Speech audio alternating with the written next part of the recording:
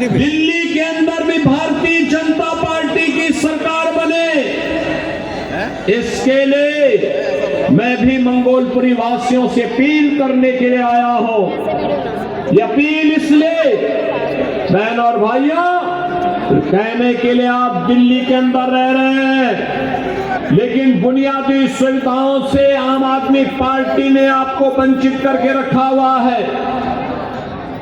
आम आदमी पार्टी की सरकार ने आपको वंचित करके रखा हुआ है। न बिजली सही मिलती है, न शुद्ध पेयजल की व्यवस्था है, न सीवर की व्यवस्था है, न अच्छे स्वास्थ्य केंद्र की व्यवस्था है, न अच्छे शिक्षा के केंद्रों की व्यवस्था है, और नहीं कोई रोजगार की सही व्यवस्था ही आम आदमी पार्टी दे पाई है। इसने तो बंदर बांट करके रखा हुआ है, हर एक कार्य में डकैती पड़ती है। मैं एक उदाहरण आपको देना चाहता हूं। इसने यहां के नागरिकों के हकों पर डकैती डाली है। एक होता है श्रमिक कल्याण बोर्ड, और श्रमिक कल्याण बोर्ड के माध्यम से श्रमिकों के द्वारा जो सेस दिया जाता है, उस बीओसी बोर्ड के माध्यम से उस पैसे को श्रमिकों के वेलफेयर के लिए खर्च किया जाता है। आम आदमी पार्टी ने यहाँ के व्यापारियों को, यहाँ के नागरिकों का तो शोषण किया ही, उन गरीब श्रमिकों का भी शोषण किया है। और मैं श्री अरविंद केजरीवाल जी से कहना चाहूंगा कि पिछली बार जब मैं आया था तब मैंने कहा था कि केजरीवाल जी, अरविंद केजरीवाल जी, मेरी बातों को अगर आप सुन रहे होंगे, थोड़ा गंभीरता से सोचिए। मैंने पिछली बार कहा था, मैं यहाँ 23 जनवरी को आया था और मैंने 24 जनवरी को कहा था, 22 जनवरी के बारे में कहा था कि 22 जनवरी को हमारी सरकार, मेरे पूरे मंत्रिमंडल के सहयोगी प्रयागराज की त्रिवेणी में जाकर के मां गंगा, यमुना और सरस्वती की त्रिवेणी के संगम में डुबकी लगा करके पुण्य के भागीदार बने। हमने आचमन भी किया, स्नान भी किया। लेकिन अगर आप में नैतिक साहस होता तो आप भी इस दौरान यमुना जी में अपने मंत्रियों को लेकर के जाते, डुबकी लगाते। मैं भी मानता कि आपने मां यमुना के लिए कुछ किया है। आप नहीं किए, आप में साहस नहीं कि आप वहां जा पाए। खैर, हम जबरदस्ती डुबकी लगाने के लिए किसी को बाध्य नहीं कर सकते, लेकिन एक बात जरूर है, श्रमिकों के हितों से जुड़ा हुआ महत्वपूर्ण मुद्दा है श्रममेव जयते के इन मंत्रों पर हम विश्वास करते हैं। मैं आपसे पूछना चाहता हूं, आपके लोगों ने, आपकी पार्टी ने, आपके नेताओं ने बीओसी बोर्ड के श्रमिकों के सेस के पैसे का दुरुपयोग करके बंदर बांट किया है। और मैं कहना चाहूंगा, जो सैकड़ों करोड़ का बंदर बांट हुआ है, अगर श्रमिकों के हितों में लगा होता तो यहां का श्रमिक और उसका परिवार बदहाल नहीं होता। मैं तो आपसे कहना चाहूंगा, एक बार आइए उत्तर प्रदेश में अटल आवासीय विद्यालयों को देखे। श्रमिकों के बच्चे भी देश के अंदर वर्ल्ड क्लास इंफ्रास्ट्रक्चर के आधुनिक शिक्षा के केंद्रों में अध्ययन कर सकते हैं। उनकी लॉजिंग, फूडिंग की व्यवस्था उत्तम हो सकती है। आपको उत्तर प्रदेश में आकर के मॉडल देखना चाहिए। अटल आवासीय विद्यालय में आकर के देखे। उत्तर प्रदेश सरकार ने आदरणीय प्रधानमंत्री जी के मार्गदर्शन में ये मॉडल हल कमिश्नरी स्तर पर उपलब्ध करवाया है। अगर आप भी दिल्ली के अंदर करेंगे तो दिल्ली के लाखों श्रमिक इसका लाभ उठाएंगे। बहनों और भाइयों, एक तरफ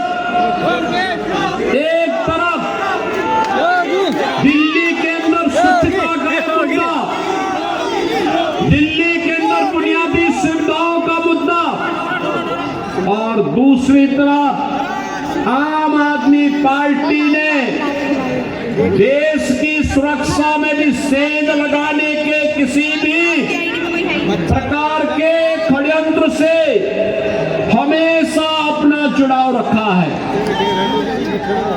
आपने देखा होगा, इन्होंने आधार बनाने की मशीन अपने नेताओं को वितरित कर दी, अपने विधायकों को वितरित कर दी, और उसके माध्यम से उन्होंने बांग्लादेशी घुसपैठियों को, रोहिंग्याओं को भी आधार कार्ड बनाने का पाप किया है।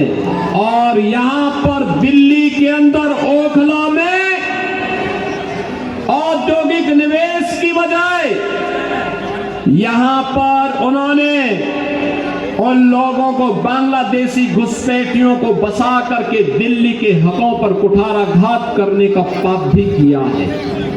बहनों और भाइयों, ये आम आदमी पार्टी दिल्ली के हकों पर, दिल्ली की सुरक्षा पर, दिल्ली के नौजवानों के अधिकारों पर, दिल्ली की बहन और बेटियों की सुरक्षा पर सेंध लगाने वाली पार्टी है। इस पार्टी को कभी बर्दाश्त नहीं किया जाना चाहिए। ये भ्रष्टाचार की जननी है, अराजकता का कारण है, अव्यवस्था का कारण बनने वाली पार्टी है। और इसलिए मेरी आप सबसे अपील है, भारतीय जनता पार्टी ने आज आपको एक घोषणा पत्र दिया है दिल्ली के लिए घोषणा पत्र, न केवल राष्ट्रीय राजधानी होने के नाते, बल्कि दिल्ली के नौजवानों के लिए, दिल्ली के व्यापारियों के लिए, दिल्ली के श्रमिकों के लिए, दिल्ली की बहन और बेटियों के लिए अत्यंत महत्वपूर्ण है। और राष्ट्रीय राजधानी होने का गौरव दिल्ली के प्रत्येक क्षेत्र के नागरिकों को उपलब्ध करवाने का एक अवसर भी है। बहनों और भाइयों, विकास डबल इंजन की सरकार से ही आगे बढ़ता है। जब डबल इंजन है तो दिक्कत, अलग अलग राग अलापने से नहीं हो सकता है। आज आप प्रयागराज में जो भव्य और दिव्य कुंभ देख रहे हैं, इसलिए क्योंकि डबल इंजन की सरकार है। एक नई अयोध्या के दर्शन कर रहे हैं, दिव्य और नव्य अयोध्या के दर्शन कर रहे हैं, इसलिए क्योंकि डबल इंजन की सरकार है। और डबल इंजन की सरकार ऐसा कार्य करती है, एक और भगवान राम का भव्य मंदिर का निर्माण करती है, तो दूसरी ओर अयोध्या के इंटरनेशनल एयरपोर्ट का नामकरण महर्षि वाल्मीकि के नाम से भी करती है।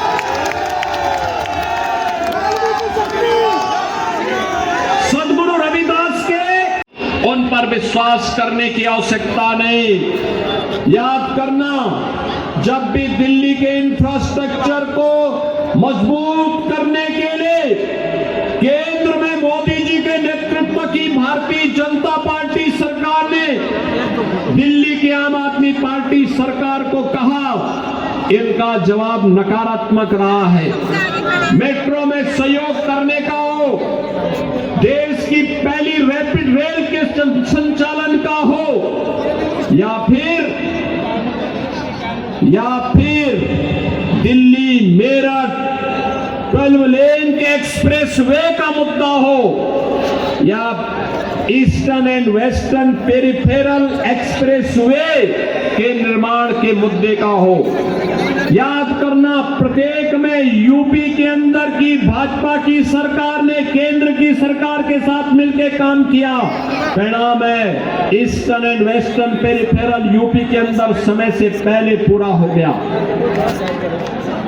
दिल्ली मेरठ 12 लेन का एक्सप्रेस वे यूपी के अंदर हो गया, लेकिन दिल्ली के अंदर आम आदमी पार्टी सरकार ने योगदान नहीं दिया।